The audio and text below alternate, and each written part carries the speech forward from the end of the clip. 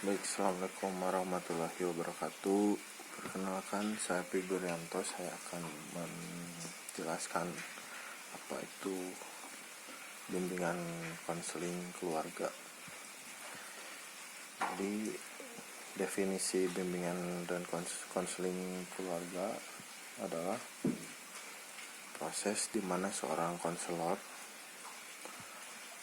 membantu anggota keluarga atau meningkatkan komunikasi, menyelesaikan konflik, dan mengembangkan keterampilan untuk memperkuat hubungan mereka.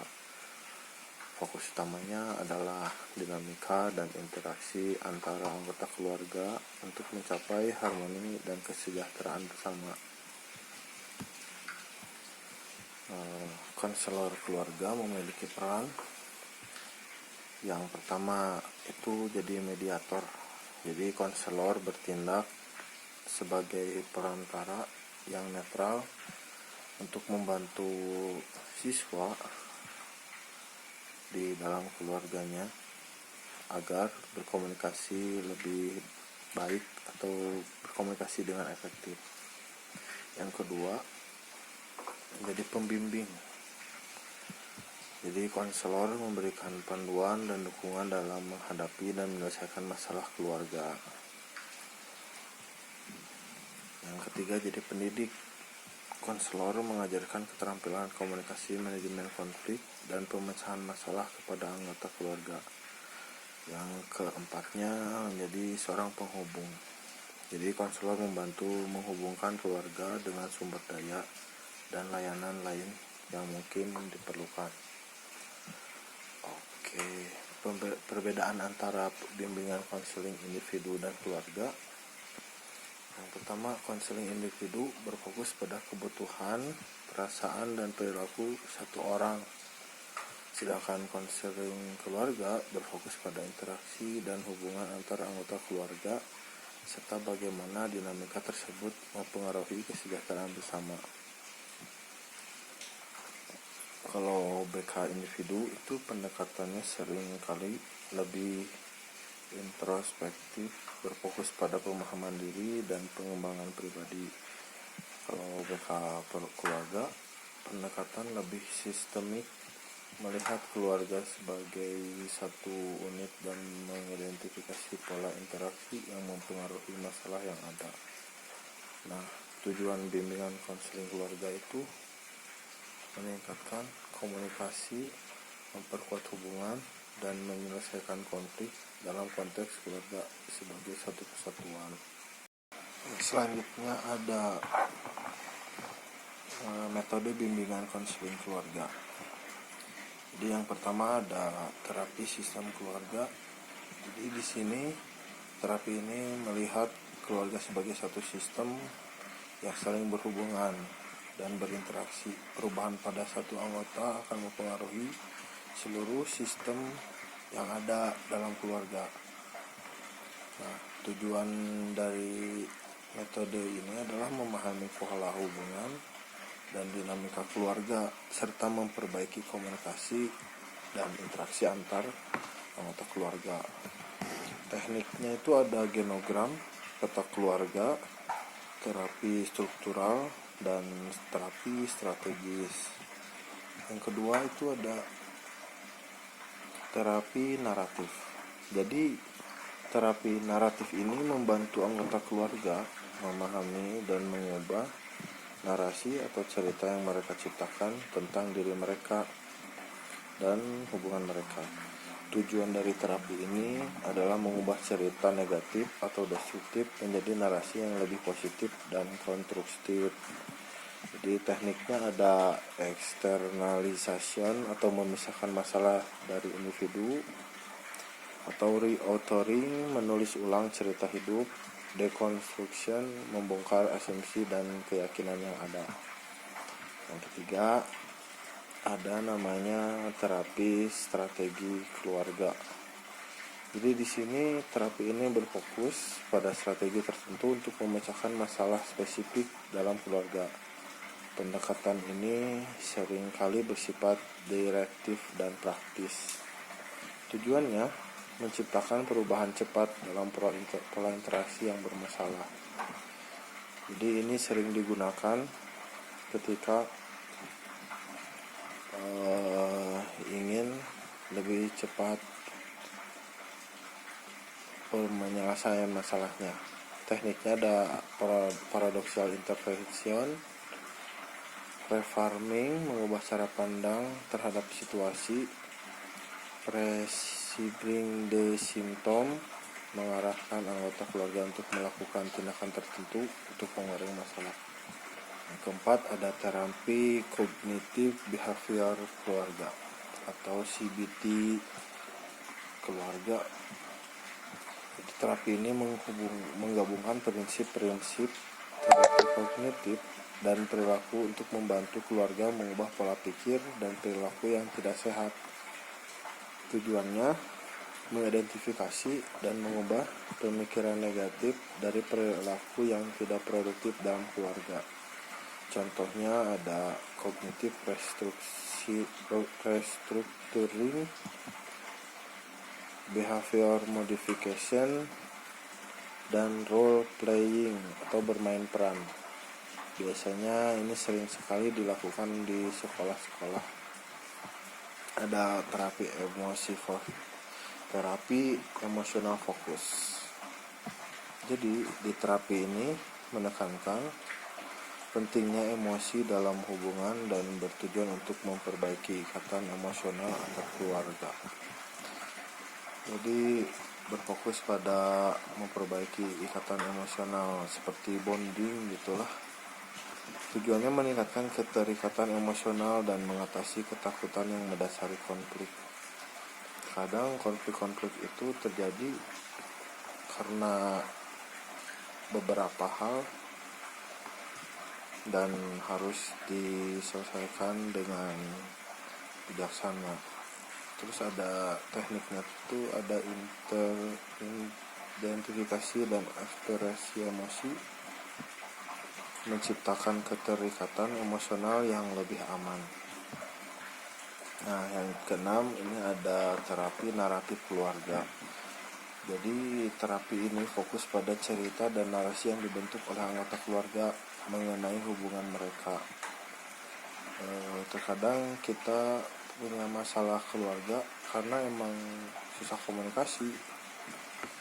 Tujuan terapi ini membantu keluarga mengembangkan narasi positif dan memperbaiki hubungan dengan mengubah cerita yang ada. Nah, tekniknya adalah menceritakan ulang atau restoring, membongkar asumsi, dan memisahkan masalah-masalah dari individu. Yang ketujuh, ada terapi sistemik. Jadi terapi ini melihat masalah individu dalam konteks sistem keluarga yang lebih besar. Tujuan dari terapi ini adalah mengidentifikasi, mengubah pola-pola dalam sistem keluarga yang berkontribusi pada masalah individu. Tekniknya itu ada analisis pola interaksi, pengaturan ulang sistem keluarga, dan sesi kelompok keluarga. Nah, lanjut ada proses bimbingan konseling keluarga. Yang pertama itu ada tahap pengenalan dan penilaian. Jadi pada tahap ini konselor mengenal keluarga dan menilai dinamika serta masalah yang ada. Jadi asesmen dulu sebelum melakukan bimbingan agar lebih tahu lebih jelas permasalahan apa yang sedang dihadapi oleh siswa dalam keluarganya. Nah, di langkah ini ada pengumpulan informasi, identifikasi masalah, dan penilaian keluarga. Yang kedua, ada tahap intervensi dan pengembangan. Pada tahap ini konselor bekerja sama dengan keluarga untuk mengembangkan strategi dan intervensi yang dapat membantu mengatasi masalah. Jadi kita tidak bisa bergerak sendirian, harus ada kolaborasi dengan keluarga agar bimbingan bisa lebih efektif. langkah-langkahnya itu ada penetapan tujuan, terus pengembangan rencana intervensi. Jadi sebelum kita mengintervensi itu ada merancang rencana intervensi yang mencakup teknik dan metode konseling yang sesuai. Ketika kita sudah tahu masalahnya, terus ke tahap pengembangan, memberikan intervensi dengan mencari metode konseling yang sesuai dengan masalah yang dialami oleh siswa atau peserta didik. Pelaksanaannya itu melaksanakan teknik konseling seperti terapi sistem keluarga, terapi naratif, atau terapi kognitif sesuai dengan kebutuhan klien. Tahap selanjutnya ada tahap evaluasi. Pada tahap ini, konselor mengevaluasi kemajuan yang telah dicapai dan menyusun rencana untuk mengakhiri sesi konseling. Jadi terkadang kita ketika menghadapi suatu masalah atau memberikan bimbingan layanan terhadap siswa itu tidak tuntas, kebanyakan hanya pemanggilan, memberikan ceramah. Sebaiknya kita ada tahap evaluasi agar siswa terkontrol kemajuannya. Langkah-langkah dari evaluasi ada evaluasi kemajuan, jadi mengevaluasi pencapaian tujuan dan kemajuan keluarga selama sesi konseling.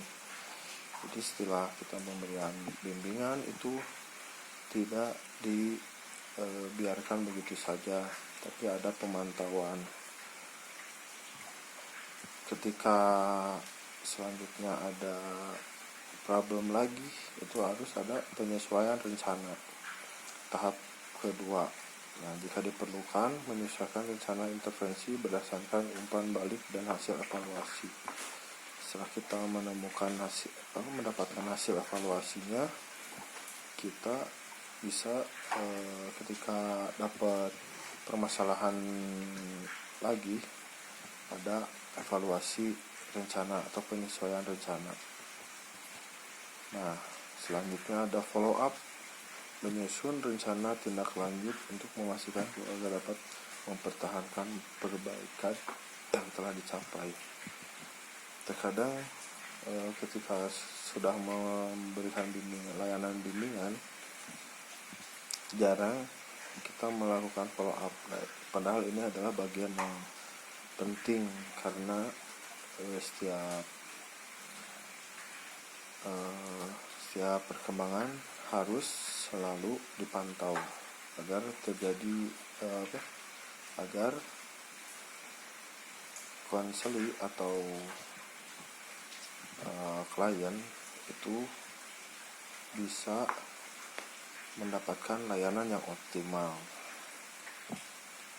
Nah, selain itu jangan lupa refleksi ketika sudah diberikan layanan bimbingan, lalu kita refleksikan agar siswa itu bisa mendapatkan hikmah atau pelajaran dari permasalahan yang sudah dia pecahkan.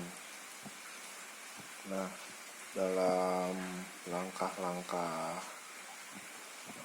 sesi lanjutan ini atau refleksi itu ada namanya penjadwalan. Jadi pada sesi tambahan ini harus tersusun jadwal refleksinya kapan agar terpantau dan tidak berlarut-larut. Yang kedua, pendekatan berkelanjutan. Nah, untuk hal ini menggunakan pendekatan yang berkelanjutan untuk mendukung keluarga dalam jangka panjang agar keluarga tidak jatuh ke lubang yang sama. Setelah itu ada penilaian ulang, yaitu melakukan penilaian secara periodik untuk memastikan keluarga tetap berada di jalur yang benar. Kadang kita namanya juga manusia, selalu ada salah-salahnya. sudah nggak akan selalu ketika sudah dibenarkan tidak akan mengulangi kesalahan yang sama gitu. Oke, jadi yang terakhir itu ada kesimpulan. Jadi dalam hal ini kesimpulannya bimbingan konseling keluarga itu sangat penting karena permasalahan anak atau siswa itu pasti awalnya berawal dari keluarga. Yang pertama, pentingnya bimbingan konseling keluarga itu ada meningkatkan komunikasi. Bimbingan konseling keluarga membantu anggota keluarga berkomunikasi dengan lebih efektif, mengurangi kesalahpahaman dan memperkuat hubungan antar anggota keluarga. Yang kedua, menyelesaikan konflik. Di konseling menyediakan alat dan strategi untuk menyelesaikan konflik secara konstruktif, menghindari eskalasi masalah dan menemukan solusi yang memuaskan semua pihak. Selanjutnya ada memperkuat hubungan. Melalui bimbingan konseling, hubungan antara anggota keluarga menjadi lebih kuat dan harmonis. Konseling membantu membangun rasa saling pengertian dan dukungan. Mengatasi masalah emosional.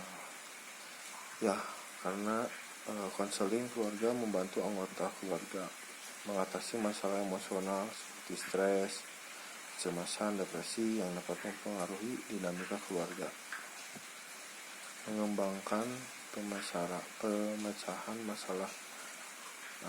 Anggota keluarga atau siswa diajarkan keterampilan penyelesaian masalah atau problem solving yang efektif dan cepat digunakan untuk menghadapi tantangan di masa depan.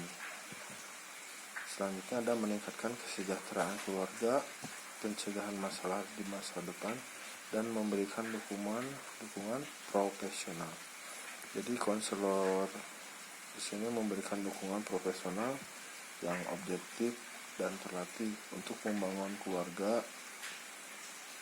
siswa agar mendapatkan situasi yang nyaman di keluarga dengan cara yang terarah dan efektif.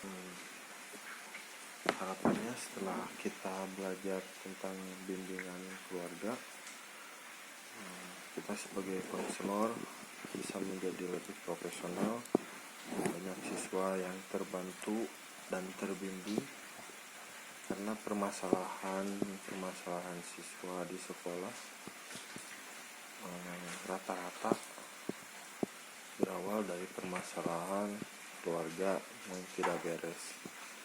Dan mudah-mudahan dengan adanya video ini banyak dari kita yang menonton menjadi lebih peduli dengan